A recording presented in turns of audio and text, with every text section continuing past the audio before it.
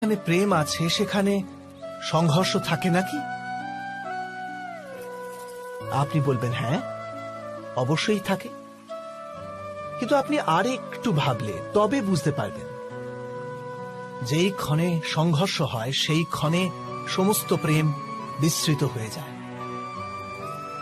আর তারপর ইচ্ছা জাগে, অহংকার জাগে, ক্রোধ জাগে, কিন্তু প্রেম না, প্রেম আর জাগে না।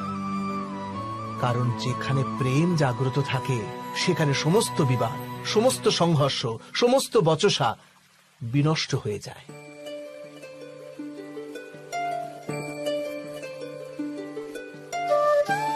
যদি তেমনি প্রেম সমগ্র বিশ্বের জন্য জেগে ওঠে, তবে কেবল মানুষ নয়, পশু পক্ষীদের জন্য, ঘাসের কণার জন্য যদি হৃদয়ে স্নেহ থাকে,